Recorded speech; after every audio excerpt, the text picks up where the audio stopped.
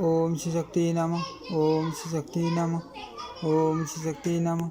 ओम श्री शक्ति नमः। ओम श्री शक्ति नमः। ओम श्री शक्ति नमः। ओम श्री शक्ति नमः। ओम श्री शक्ति नमः। ओम श्री शक्ति नमः। ओम श्री शक्ति नमः। ओम श्री शक्ति नमः। ओम श्री शक्ति नमः। ओम श्री शक्ति नमः। ओम श्री शक्ति नमः। ओम श्री शक्ति नमः।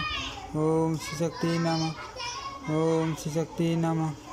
ओम श्री शक्ति नमः।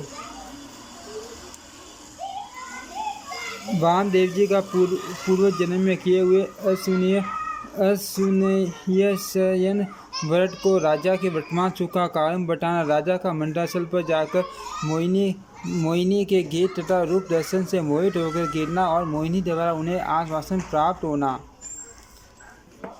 वशिष्ठ कहते हैं, राजा का यह वचन सुनकर माँ ज्ञानी मुनिवर वामदेव जी एक क्षण तक कुछ चिंतन किया। फिर राजा के सुख सौभाग्य का कारण जानकर वे इस प्रकार बोले। वामदेव जी ने कहा, महिपाल, आप पूर्व जन्म में शूद्र जाति में उत्पन्न हुए थे। उस समय दरिद्रता तथा दुष्ट भार्या ने आपका बड़ा तिरस्कार किया था।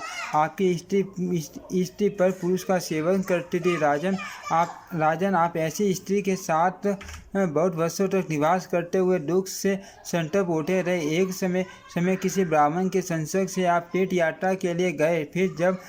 फिर सब तीर्थों में घूमकर ब्राह्मण की सेवा में तत्पर हो आप पुण्य में मथुरापुरी में जा पहुँचे। मई मटे वहाँ ब्राह्मण देवता के संग से आपने यमुना जी के सब तीर्थों में उत्तम विश्राम घाट नामक तीर्थ में स्नान करके भगवान बारह के मंदिर में होती हुई पुराण की कथा सुनी, जो असुनीय यह शयन व्रत के विषय में थी। चार पारण थी जिसकी सिद्धि होती है, जिसका अनुष्ठान कर लेने पर मेघ के समान श्याम वन देवेश्वर लक्ष्मी भट्टा जगन्नाथ जो शेष पाप राशि का नाश करने वाले हैं प्रसन्न होते हैं। राजन, आपने अपने घर लौटकर वह पवित्र असुनीय व्रत किया जो घर में परम अभ्युदय प्रदान करने वाला है।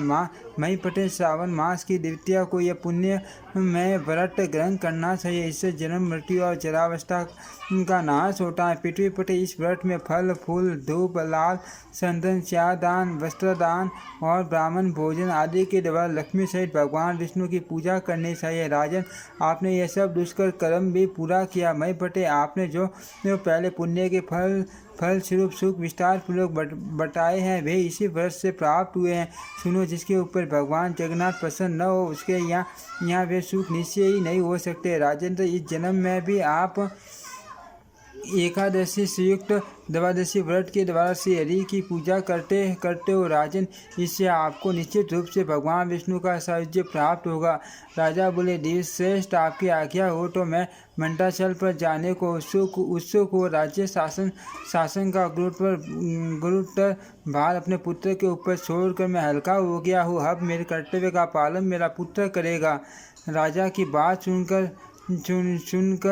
सुनकर वामदेव जी इस प्रकार बोले, नरश्रेष्ठ पुत्र का ये सबसे मान कर्तव्य है कि वह सदा प्रेम पूर्वक पिता को कलेश से मुक्त करता रहे। जो मन वाणी और शरीर से शक्ति से सदा पिता की आज्ञा का पालन करता है उसे प्रतिदिन गंगा स्नान का फल मिलता है। जो पिता की आज्ञा का उल्लंघन करके गंगा स्नान करने के लिए जाता है उस पुत्र की शुद्धि नहीं होती।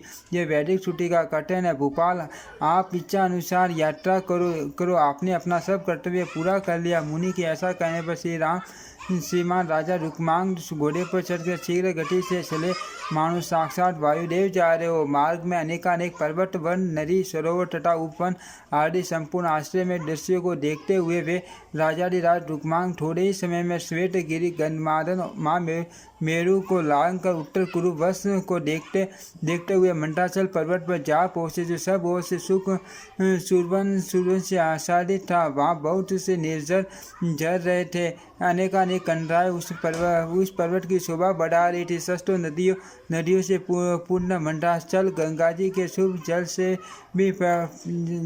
भी प्रसारित हो रहा था। यह सब देखते हुए राजा रुक्मांगद उस महापर्वत के समीप जा पहुँचे।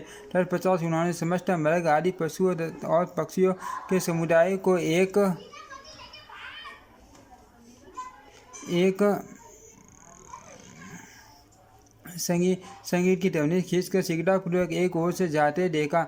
वह टवनी मोहिनी के मुख से निकले हुए संगीत की थी। उनको जाते देख राजा रुक्मान स्वयं भी उन्हीं के साथ शीघ्रतापूर्वक चल दिए। मोहिनी के मुख से निकले हुए संगीत की ध्वनि राजा के भी कान में पड़ गई, जिससे मोहित होकर उन्होंने घोड़ा वहीं छोड़ दिया और पर्वतीय मार्ग को लांघते हुए वे क्षण भर में सहसा उसके पास पहुंच गए। उन्होंने देखा, टपाए हुए सुरंग के समान कांटी वाली एक दिव्य नारी पर्वत पर बैठी है, मानो गिरिराज नंदिनी पार्वती की रूप राशि उसके रूप में अभिव्यक्त हुई हो। उसे देखकर राजा उसके पास खड़े हो गए, उस मोहिनी का रूप निहारने लगे। देखते देखते वे मोहित होकर वहीं गिर पड़े। मोहिनी ने वाणी को रख दिया और गेट बंद कर दिया। वह देवी राजा के समीप गई। मोहिनी संतप्त राजा रुक्मांद से मधुर मनोरम वचनों में बोली, राजन उठिए, मैं आपके वश में हो। क्यों मूर्छा से आप अपने इस शरीर को क्षीण कर रहे हैं।